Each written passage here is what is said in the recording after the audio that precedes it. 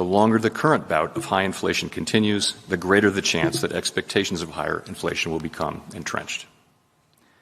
And that brings me to the third lesson, which is that we must keep at it until the job is done. History shows that the employment costs of bringing down inflation are likely to increase with delay, as high inflation becomes more entrenched in wage and price setting. The successful Volcker disinflation of the early 1980s followed multiple failed attempts to lower inflation over the previous 15 years. A lengthy period of very restrictive monetary policy was ultimately needed to stem high inflation and to start the process of getting inflation down to the low and stable levels that were the norm until the spring of last year. Our aim is to avoid that outcome by acting with resolve now. So, these lessons are guiding us as we use our tools to bring inflation down. We are taking forceful and rapid steps to moderate demand so that it comes into better alignment with supply and to keep inflation expectations anchored.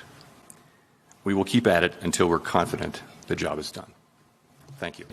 Powell is telling the market that 2% is his goal. That's the goal of the Fed. And they've been moving with pretty big moves in 75 basis points, et cetera. So, that we shouldn't laugh at them. We're seeing a lot of, I'm seeing a lot of memes and stuff on social media that are just kind of like pointing at the Fed and laughing at them. But what they're doing is serious. It's not like they're taking it too lightly. The 75 basis point moves are pretty big moves, and I think eventually something's going to break. But to keep this into perspective, Bitcoin has been in this sideways movement, so that's where the arrogance is coming from. Everybody's complacent because we haven't seen any big moves upwards or downwards or anything. We've been stuck in this range, and even back here when this happened, everybody got really arrogant, but the markets have a way of teaching people humility. This is the federal funds rate, and you could see, there was this incline in interest rates back here that was kind of gradual, right? You've gone just straight up. So 75 basis points each time that they're meeting in meetings, they're moving this up pretty drastically. And last time when we got up to this point, the credit market froze and they had to bring us back down. But when something breaks, the markets are probably going to drop drastically, and then the Fed's going to start printing out money and everything. There's going to be a lag effect to it. Not to mention the real economy, there definitely is a lag effect to this. So raising 75 basis points has a really big deal in the housing market. Businesses trying to actually get a loan and paying 75 basis points extra for the loan is a big deal, and we're going to see that reflect in the real economy, which could come back into the financial markets. If your equity and in your house, the equity in your stocks and your businesses that you own all start showing substantial losses and contraction, your prices of your assets are going to come down. So this is the federal funds rate back here. We've had this.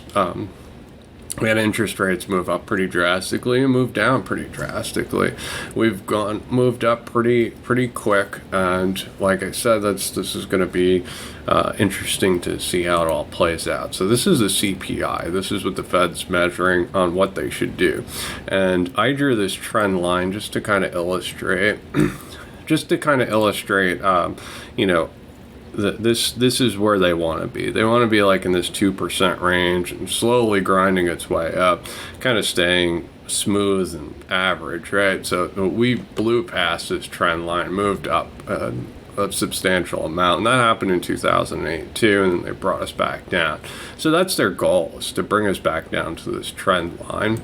This is the CPI just for housing. 2008 was one of the largest housing bubble pops, right? And it was at 220. Now you're at 304. And again, this is the trend line that kind of shows the average. Look how far off of this trend line you came. In 2008, you eventually came back to this trend line. So what would that mean if we saw housing get back to this trend line? The housing market is a substantial part of the U.S. economy. If housing tanks, everything's going to tank with it. It's going to be a big deal. So, we're at 220, now we're at 304. This is the fixed rate 30-year. So when you want to buy a house, usually you would try to get a 30-year fixed rate. This is the average price of a mortgage in the U.S. and it's at 6.29%. So you broke out of this trend line, right? So back to 1986, you're in this trend line. Let's call it 1985. You're in this trend line moving downwards. The prices of loans just kept getting cheaper and cheaper and cheaper. Now you broke out of this trend, and you know, the longer a trend is, and the more substantial the move is, right? Just looking how long this trend is, and you know, we haven't seen these type of 30 years since 2008. So we'll see how that plays into it. Not to mention, 10% of mortgages are variable interest rate. So you can either get a fixed rate or a variable interest rate, and people will do that because it's, you know, they want something more than they can afford, and it's cheaper to get a variable interest rate. It'll be at like 5.29%. You'll be able to get your interest rate a lot less. But what ends up happening is your house depreciates in value, and now the bank wants more interest. They want, since your collateral is worth less, that they want more money. So on the downside, you can get this 1% cheaper, but when the real estate economy is taking a beating, then you're going to have to pay more. So it's probably more than 6.29% for a variable interest rate. Even if you're able to borrow less than 1%, and in the good times, in the bad times, the banks are going to want their money. They're going to want a higher interest rate, especially as the markets are more volatile and higher risk. They're going to want to eliminate that risk, and they do that by asking you for more money or collateral, which is going to have a negative effect on the housing market. If 10% of homes are variable interest rates, I think it's safe to assume that a lot of those loans are going to end up bad, and those are going to be homes that are pushed onto the market. Now, real estate is a liquid market. It's not, it's not as quick as equities or crypto. There's no bots that are constantly buying and selling. Between buys and sells, it could take months for me to close on a house. If that, it could take longer. And when times are good, it slowly bids the price up. But when times are bad, the price is gonna come down a little bit quicker, especially if there's foreclosures on the market. So if the banks actually get the homes that they foreclosed on the people with, they're just going to try to get whatever they can, right? So they don't really care about bargaining for the best price. They put it up for auction, and if the auction closes a lot less, they'll just take the loss and write it off. So we're going to see that pushed onto the market. You're going to see less buyers because interest rates are 6.29%. So that means the risk profile has gone up.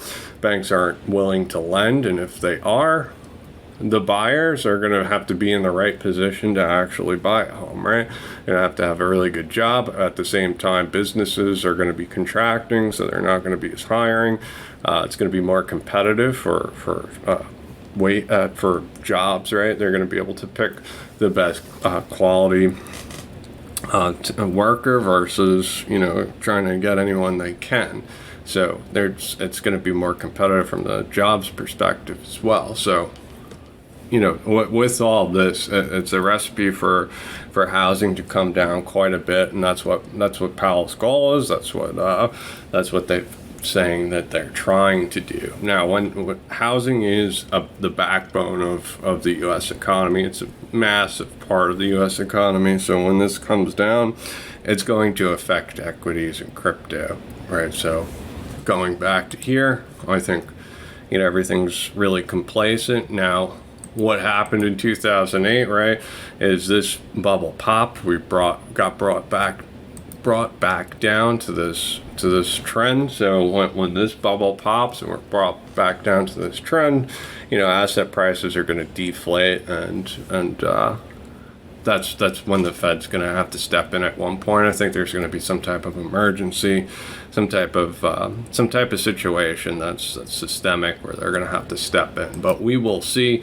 So far so good, but there is a lot of factors at play, and that's kind of what they're warning us about. On top of this, we've also seen political pressure on the Fed as well. I've seen Senator Warren talk about employment, the jobs number. So the Fed's acting tough now, which we should take seriously. But eventually, their dual mandate is also employment. So we're seeing a political push as well. So these are the things that I'm looking out for. I hope you guys enjoyed the show. It's a hurricane.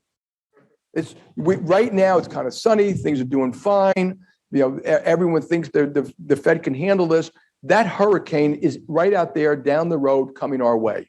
We just don't know if it's a minor one or Superstorm Sandy Sandy or Andrew or something like that. And you better brace yourself.